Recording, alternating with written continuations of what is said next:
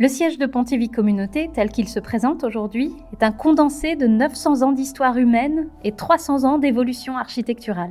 Afin de reconstituer les pièces de ce passionnant puzzle, reprenons par étapes. L'ancien hôpital de Pontivy, géré par les Rohan, existe depuis le XIIe siècle et son installation dans le quartier de Trello, près du pont, proche de la porte de la ville, est attestée au XVIIe siècle. L'édifice est entièrement reconstruit entre 1714 et 1717 sur les plans de l'architecte vantais Olivier Delourme, dont le style classique reprend les formes antiques, à la fois sobres et imposantes. La chapelle et la porte de la ville, dont le nom est devenu porte de Carhaix, sont les témoins de cette époque. L'aile centrale du bâtiment est donc le cœur historique de l'édifice, où la vie civile, religieuse et militaire s'est organisée avant d'être redistribuée dans les nouveaux espaces. L'aile nord, quant à elle, fut construite sur les plans de l'architecte Monsieur Leclerc, entre 1826 et 1828.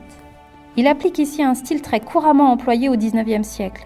Le plein des murs est enduit de blanc. Les pierres en granit apparent autour des fenêtres forment un motif de crénelage, sobre et élégant. Chaque niveau est séparé du suivant par une fine moulure en granit apparent et les toitures sont percées de chiens assis. La symétrie du bâtiment est parfaite. 2 pavillons carrés, aujourd'hui en granit apparent, flanquent l'espace central, rythmé par 7 travées. Côté Blavet, une porte centrale offrait une entrée directe dans cette aile construite pour les militaires. 10 ans plus tard, le même parti pris architectural est choisi par M. Richard pour reconstruire l'aile sud du bâtiment, entre 1838 et 1840.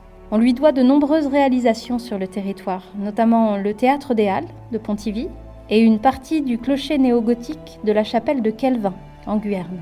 Cette aile du bâtiment a été le cadre dans lequel s'est organisé pendant de longues années les institutions publiques et privées en charge des œuvres de charité. Autour de ce grand bâtiment, dont le plan a la forme d'une chicane, de petits pavillons ont été ajoutés. Un bâtiment carré tout au bout de l'aile nord est intégré à cette dernière dans les années 1960. La jonction est visible, mais elle ne perturbe pas le style homogène du bâtiment. Par ailleurs, dans les années 1910, le nouvel architecte de la ville, Édouard Ramonaccio, propose des plans pour les 2 pavillons d'entrée de l'hôpital. Son style est facilement reconnaissable, du fait des soubassements en moellon, faussement irréguliers, présentant un motif que l'on pourrait comparer à la carapace d'une tortue. Sur l'encadrement des fenêtres, la brique est particulièrement présente, et une pierre très saillante marque la clé de l'arc. Enfin, l'usage des courbes, de plus en plus présentes dans l'architecture au début du XXe siècle, est vraiment la signature de l'auteur. Édouard Ramonaccio a été prolifique. On lui doit également la maison de Charles Langlais, médecin-chef de l'hôpital au tournant des XIXe et XXe siècles, la création du collège Charles Langlais et la construction des pavillons d'octroi de la ville. Entre 2012 et 2023, Pontivy Communauté a donc donné une seconde vie à l'ancien hôpital, bâtiment central dans l'urbanisme de la ville, reflet de 300 ans d'évolution architecturale sur le pays des Rohan.